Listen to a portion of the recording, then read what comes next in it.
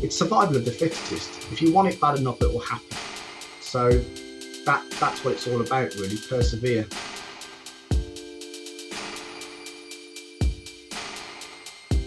Thank you everyone for joining us today. I'm here with Brett O'Connor, founder and executive creative director of VCCP Health. Just tell us a little bit about your role as ECD and a little bit about VCCP Health, please. VCCP Health is part of an agency within the main agency called VCCP, and you'll probably know them for doing campaigns such as O2 and Compare the Market. But VCCP Health is a little specialist group that sits within it.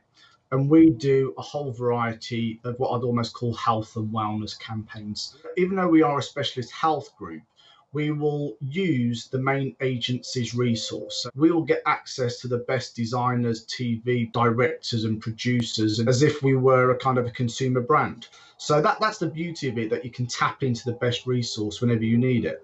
As a creative director, what would you say are some of the kind of the challenges that you face when looking at creative opportunities or coming up with creative concepts for campaigns? I think the key thing is looking at everything with fresh eyes and thinking, is there an interesting strategic angle in there and can we do more with it? And it's finding those what I almost kind of little gold nuggets of opportunities and then taking full advantage of them. I think you were going to show us some examples that maybe you've been kind of working on to demonstrate that. Yes, we've got a few pieces that I just want to kind of quickly talk through, and it just gives an example of the sort of work that we do. First one was called Give Nothing to Psoriasis. And psoriasis, for people who don't know, is a skin condition.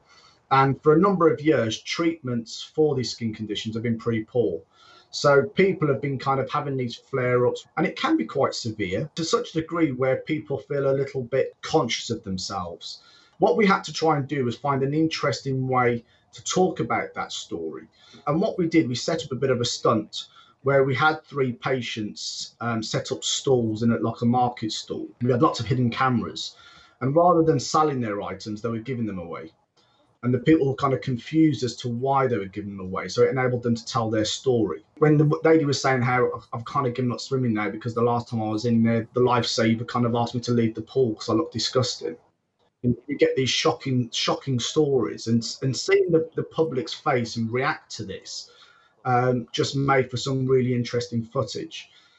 We came across a client that was putting out to pitch. They had a new product. That particular product was very robust. So normally people who have a heart valve transplant are a little bit kind of fragile. But due to this particular transplant, they can actually go step straight back into the life that they used to be in.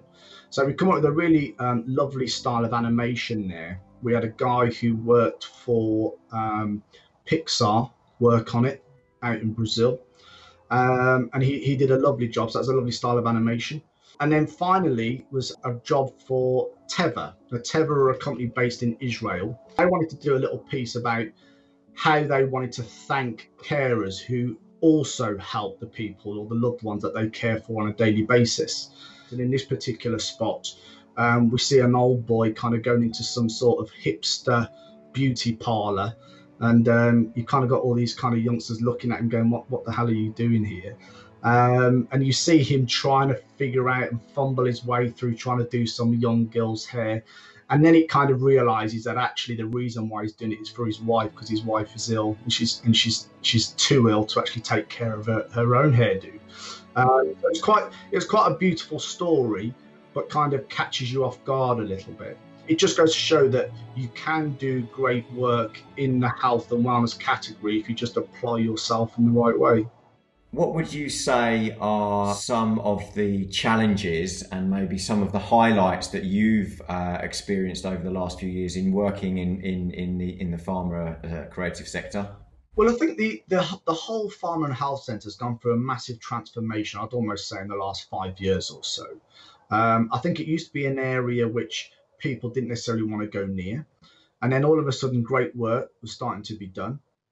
And then I think the award show started to recognise it. Creatives seeing the opportunity to win at Cannes or at Clio with health work, obviously their ears start to prick up a little bit.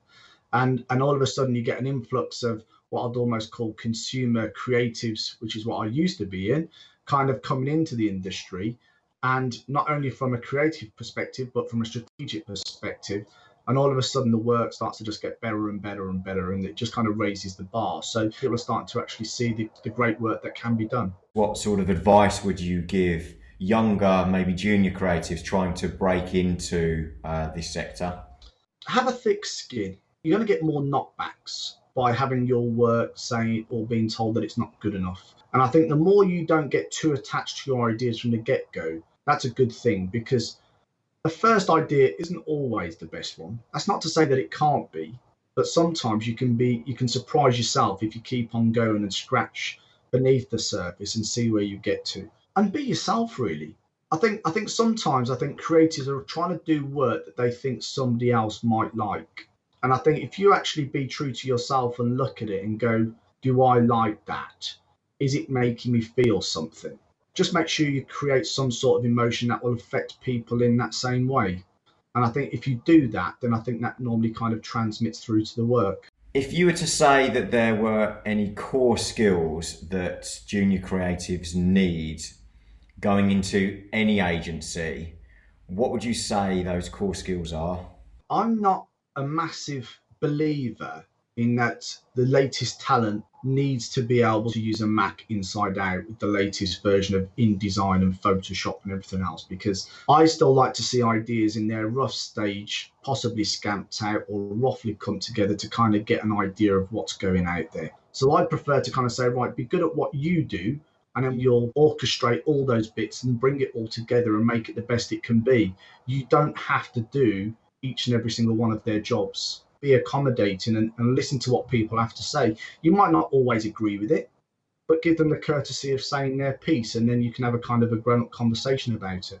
I think if you can do all of those things, I think you're on the right road. It's survival of the fittest. If you want it bad enough, it will happen.